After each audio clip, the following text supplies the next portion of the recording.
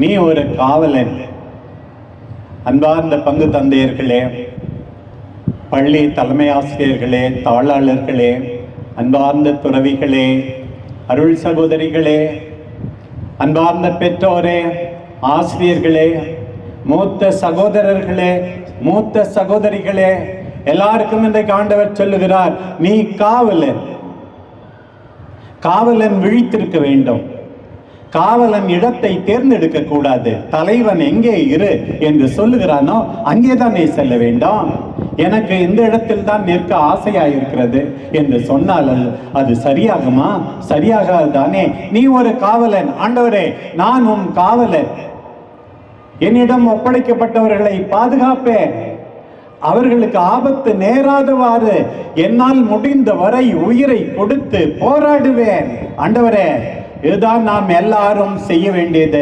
பிரியமானவர்களே, காவலன் என்கின்ற நிலையை நாம் எல்லாரும் உணர்ந்து கொள்ள வேண்டும்.